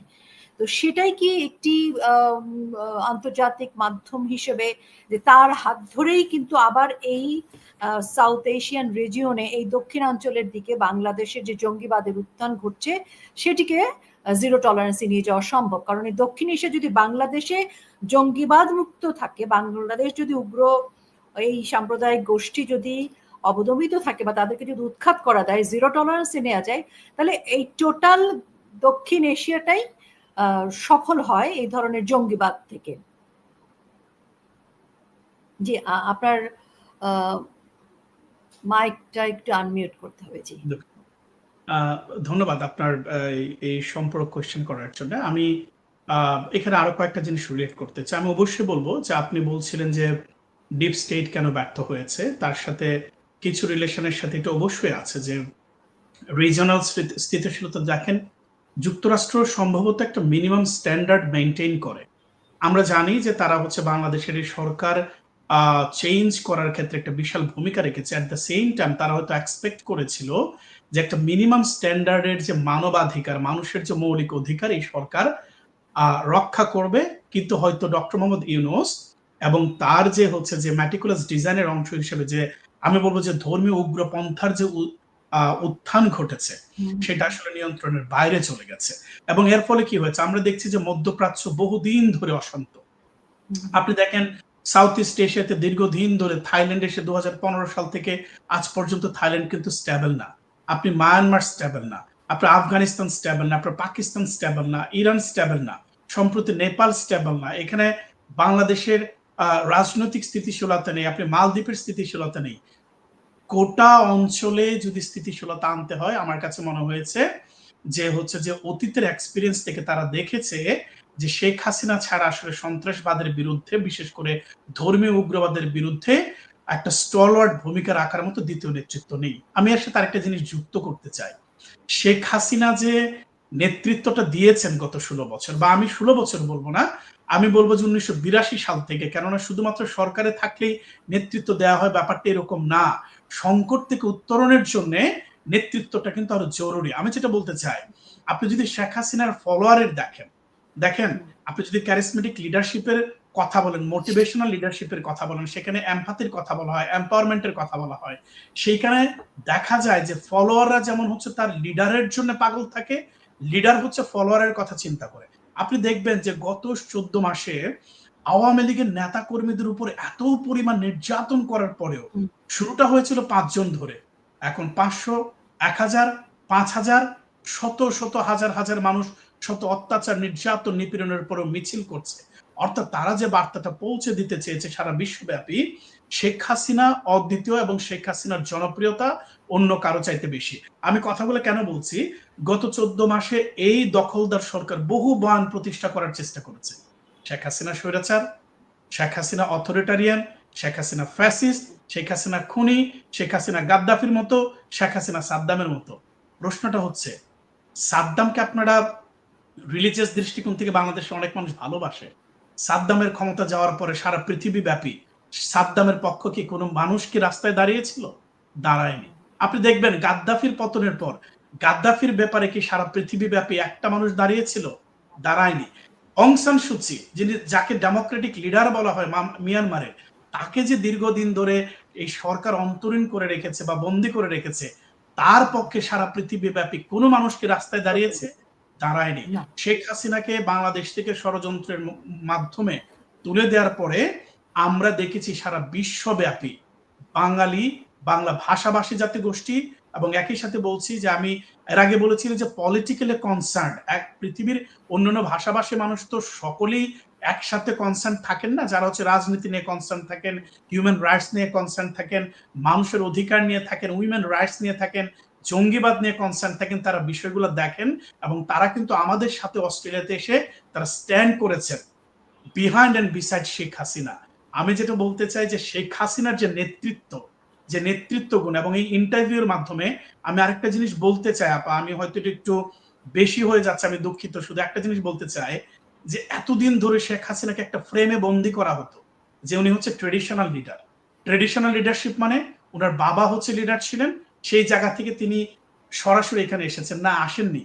এই সিচুয়েশনের মধ্য দিয়ে শেখ হাসিনার আমি আজকে দেখছিলাম লিডারশিপের অনেকগুলো সংমিশ্রণ ওনার মাধ্যমে ঘটেছে। ডেফিনেটলি উনি ওনার বাবার দৃঢ়তা পেয়েছেন, উদারতা পেয়েছেন, ভালোবাসা পেয়েছেন। সাথে সাথে ট্রেড থিওরিতে যেটা বলা হয় যে একজন নেতা জন্মগতভাবে, বংশগতভাবে, আমরা যেটা বলি জিনগতভাবে কিছু বৈশিষ্ট্য পান, সেটা শেখ হাসিনার মধ্যে ছিল। আমি যে সংমিশ্রণটা দেখছি সেটা হচ্ছে আচরণগত নেতৃত্ব, বিহেভিয়ারাল থিওরি এবং কন্টিজেন্সি থিওরি, যেটা হচ্ছে আচরণগত তত্ত্ব বলছে যে সময়ের সাথে সাথে পরিবেশ পরিস্থিতির সাথে মানুষ নেতৃত্ব শেখে। শেখার তো কোনো বয়স নেই। শেখ হাসিনা কিন্তু 5ই অগাস্টের পরেও নিশ্চয়ই শিখেছেন। কন্টিজেন্সি থিওরি বলে যে কোনো পার্টিকুলার লিডারশিপ নেই, রেজিলেন্স এবং হচ্ছে যে সিচুয়েশন, এর মাধ্যমে তার নেতৃত্ব প্রকাশিত হয়। শেখ হাসিনার মধ্যে ক্যারিজমেটিক লিডারশিপ আছে, এটা নো ডাউট। আমি যেটা বলতে চাচ্ছি, এর আগে শেখ হাসিনাকে তকমা দেওয়া হতো যে পারিবারিক লিডার, এবং আওয়ামী লীগকে উনি বঙ্গবন্ধুর পরিবারের বাইরে দেখতে চান না। তিনি কিন্তু বক্তব্যে এবং সাক্ষাৎকারে স্পষ্ট করে বলেছেন, no single families control the country or not a single political party. আমি বা আমার পরিবার বা কোনো একক ব্যক্তি বা পরিবার বাংলাদেশের রাজনীতি নিয়ন্ত্রণ করতে পারে না। প্রয়োজন হলে ভবিষ্যতে শেখ হাসিনার পরিবার এবং বঙ্গবন্ধুর পরিবার আওয়ামী লীগের নেতৃত্বে আসবে না যদি জনগণ না চায়। তার মানে কি, তিনি হচ্ছে সিচুয়েশন থেকে অনুধাবন করেছেন, ওনার নেতৃত্ব নিয়ে পরিচালিত করেছেন, এবং যে নেতৃত্বকে আমি অবশ্যই ওনার পিতাকে রাখতে চাই, উইলস্টন চার্চিলের সাথে আমি তুলনা করতে চাই, আমি বারাক ওবামার নেতৃত্বের সাথে তুলনা করতে চাই। সর্বোপরি এই ধাক্কা আওয়ামী লীগ শেখ হাসিনার নেতৃত্বকে একটা দৃঢ় সংকল্প, ভবিষ্যতের দূরদর্শিতা সম্পন্ন একজন নেতায় পরিপক্ক করেছে। অনেক ধন্যবাদ, অনেক গুরুত্বপূর্ণ কথা। আসলেই তাই, তিনি যখন বঙ্গবন্ধুকে ৭৫ সালে যখন 15ই আগস্ট সপরিবারে নৃশংসভাবে হত্যা করা হয়, তারপর তিনি যখন ফিরে আসেন বাংলাদেশে, সেটা খুব সহজ ছিল না, এবং বাংলাদেশ যেখানে ছিল সেখান থেকে বাংলাদেশকে ঘুরে দাঁড় করানো, এই জায়গায় নিয়ে আসা, সেটি অনেক অনেক কঠিন কাজ ছিল, এবং সেটি তিনি করেছেন। এবং তিনি আসলে বাংলাদেশের একজন নিজের অর্জনেই একজন যোগ্য নেতা হয়ে উঠেছেন। আমি একদম আমরা শেষের দিকে, আমি সাদ্দাম হোসেন বাংলাদেশ ছাত্রলীগের সভাপতি, সফল সভাপতি বলা যায়, কারণ এই কঠিন দুঃসময়ে হয়তো অন্য অনেক সভাপতিকে ফেস করতে হয়নি যেখানে সাদ্দাম হোসেনকে ফেস করতে হচ্ছে। সেই জায়গা থেকে আমি এখন যে প্রশ্নটি করব সেটি হচ্ছে, আজকে এই মুহূর্ত থেকে আমরা যেখানে দাঁড়ানো, সেখানে আমরা দেখছি সবাই সব জায়গায় একটা ক্যাম্পেইন হচ্ছে, নো ভোট নো ভোট। অর্থাৎ নৌকা নাই, ভোট নাই। আবার আমি নিজেও খুব গর্বিতভাবে বলতে চাই যে শুধু নৌকা বা ভোট না, যে নির্বাচনে শেখ হাসিনা নেই সেটা কোনো নির্বাচন নয়, এবং শেখ হাসিনাই আসলে নৌকা। কাজেই শেখ হাসিনা মানেই নৌকা, যেহেতু কাজেই নৌকা নাই, ভোট নাই। এই এই এই কথাটা এটা আমাদের একদম শেষ অংশ। এই বিষয়ে যদি কিছু বলতে চান আপনি, এবং আমাদের পুরো জনগণকে নিয়ে আমাদের আজকের করণীয় কি? যারা বাংলাদেশ আওয়ামী লীগের সমর্থক, বাংলাদেশ আওয়ামী লীগের তৃণমূলের কর্মী, দেশে বিদেশে আমাদের সকল সমর্থকরা জানতে চায় এই মুহূর্তে রাজনৈতিকভাবে আমাদের কি করণীয়? হ্যাঁ, আমি শুধু আগের প্রসঙ্গ ধরে একটু বলি, কারণ আমাদের কিছু কনফিউশন তৈরি হয়েছে ইন্টারভিউর কিছু ক্ষেত্রে। শেখ হাসিনা বিশেষ করে সাক্ষাৎকারের এই অংশে আমি যেটুকু দেখেছি, সেটি রয়টার্সে হোক, ইন্ডিপেন্ডেন্টে হোক, সেটি কিন্তু রাজনৈতিক নেতৃত্বের যেটি তিনি বলেছেন, সেটি কিন্তু তিনি দেশের বিষয়টিকে আরো বেশি যে গুরুত্বপূর্ণ, পরিবার, ব্যক্তি এবং দেশ যে অনেক বেশি গুরুত্বপূর্ণ, সেটি কিন্তু তিনি স্পষ্ট করে তিনি বলেছেন। এবং তার এই বক্তব্যকে বাংলাদেশে রাজনৈতিক নেতৃত্বের সঙ্গে সামঞ্জস্যপূর্ণ করে বাংলাদেশে অনেক গণমাধ্যম নিউজ করেছে, সেটি আসলে বিভ্রান্তি তৈরি করার জন্য। আরেকটি দিক হচ্ছে, আপনি খেয়াল করবেন যে বাংলাদেশের অনেক গণমাধ্যম নিউজ করেছে, বাংলা অনুবাদ করেছে, লাখ লাখ বাংলাদেশের শেখ হাসিনা বলেছেন যে লাখ লাখ মানুষ ভোটাধিকার থেকে বঞ্চিত হবে। তিনি কিন্তু আপনি দেখবেন যে মিলিয়ন্স বলেছেন, যেটির অনুবাদটি দাঁড়ায় যে কোটি কোটি, যেটির অনুবাদটি দাঁড়ায় কোটি কোটি, না হলে লাখ লাখ বললে হান্ড্রেডস অফ থাউজেন্ড ইউজ করতো। তো সেটিও কিন্তু এক ধরনের, আমি মনে করি যে এক ধরনের ম্যানিপুলেশন, এক ধরনের ভাবে স্থিতিগুলো তারা তৈরি করছে। তারপরে বাংলাদেশের মানুষ কিন্তু সঠিক যে রাজনৈতিক বার্তাটি শেখ হাসিনার কাছ থেকে, সেটি তারা পেয়েছে। আর এই শেখ হাসিনার এই সাক্ষাৎকারের পরে আমরা অনেক সাধারণ মানুষ দেখেছি, তারা কিন্তু সুস্পষ্ট হয়ে বলছে, আপনি যেটি বললেন যে নো ভোট নো ভোট, এই ধরনের সামাজিক যোগাযোগ মাধ্যম আমি দেখছিলাম যে দেয়াল লিখন করছে, ক্যাম্পেইন করছে, লিখে দিচ্ছে। তার মানে কিন্তু শেখ হাসিনা বাংলাদেশের মানুষকে রিলেট করতে পেরেছেন।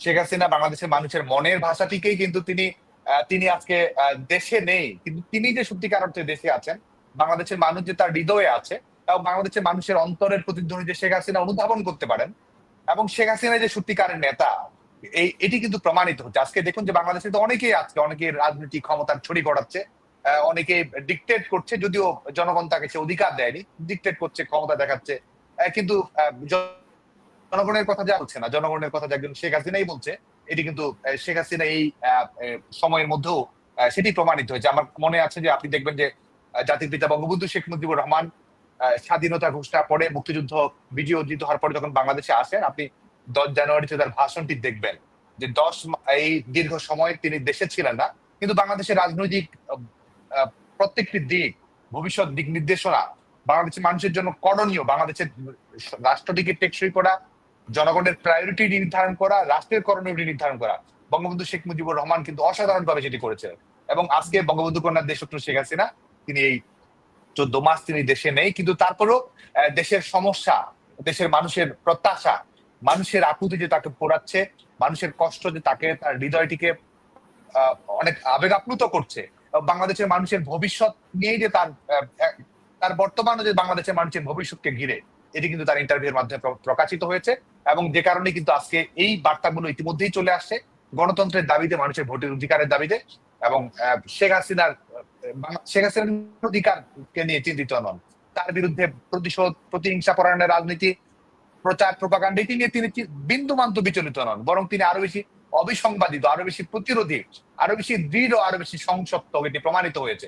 এবং তিনি চিন্তিত রয়েছেন বাংলাদেশের ডেমোক্রেটিক ট্রানজিশন নিয়ে, বাংলাদেশের মানুষের অধিকারকে যেন বুঝে দেওয়া যায়, সেটি নিয়ে কিন্তু তিনি সেই দৃষ্টিভঙ্গিটি তিনি পোষণ করেছেন, এবং মানুষ সেটি রিলেট করেছে, মানুষ সেটি অনুবাদ করছে তার চিন্তা ভাবনায়, এবং সে কারণে কিন্তু সেই নো ভোট নো ভোট এই কথাগুলো আসছে। এবং বাংলাদেশের মানুষই আসলে বাংলাদেশের ভবিষ্যতের দিনলিপি লিখবে। শেখ হাসিনার এবং জনগণের স্বপ্ন যে একই ব্র্যাকেটে বন্দী, একই সুতোয় গাঁথা রয়েছে, সেটি প্রমাণিত হয়েছে। এবং আমি মনে করি যে শেখ হাসিনার এই বার্তাটি বাংলাদেশের ডেমোক্রেসিকে রিস্টোর করারই বার্তা, এবং বাংলাদেশের মানুষ শেখ হাসিনার এই বার্তা থেকে, শেখ হাসিনার এই ইন্টারভিউ থেকে সেই শিক্ষাটি নিয়েই তারা ভবিষ্যতের করণীয় নির্ধারণ করবে। অনেক ধন্যবাদ সাদ্দাম হোসেন, সভাপতি বাংলাদেশ ছাত্রলীগ। ডক্টর মাহবুব আলম প্রদীপ, আমরা একদম শেষ পর্যায়ে আছি, 1 মিনিটে যদি আপনি কিছু বলেন। আমি শুধু এইটুকু বলতে চাই যে আমরা 1971 সালে একজন বঙ্গবন্ধু পেয়েছি। 1971 সালের পর থেকে নানা পথ পরিক্রমায়, নানা ষড়যন্ত্র, উত্থান পতনের মাধ্যমে আমরা একজন বঙ্গবন্ধুর কন্যাকে পেয়েছি। আমি ভবিষ্যতে একজন বঙ্গকন্যাকে দেখতে চাই, যিনি হচ্ছে সীমানা ছাড়িয়ে অনেক দূর পর্যন্ত যাবেন। ধন্যবাদ। অনেক ধন্যবাদ দুজনকেই। ছাত্রলীগের সভাপতি সাদ্দাম হোসেন, অনেক ধন্যবাদ আমাদেরকে সময় দেওয়ার জন্য। ডক্টর মোহাম্মদ প্রদীপ, আপনাকে অনেক ধন্যবাদ। আপনাদের কথা দিয়ে আসলে শেষ করতে চাই, তবে আমি রয়টার্সের সেই কথাটি আরেকবার একটু জনগণকে বলতে চাই যে আস্থা বিশ্বাস নিয়ে বঙ্গবন্ধু কন্যা বলেছেন যে আওয়ামী লীগকে বাদ দিলে নির্বাচন বয়কট করবেন কোটি ভোটার। কথাটি তিনি জনগণকে জানেন, চেনেন, জনগণের প্রতি তার ভরসা, এই কারণেই তিনি এই কথাটি বলতে পেরেছেন। আর জনগণ যে কথাটি বলছে সেটি হচ্ছে যে শেখ হাসিনা ছাড়া কিসের নির্বাচন, শেখ হাসিনাই নৌকা, শেখ হাসিনা ছাড়া ভোট হবে না। প্রিয় দর্শক, ভালো থাকবেন, আবারও দেখা হবে। সবাইকে শুভরাত্রি, সবাই নিরাপদ থাকবেন। জয়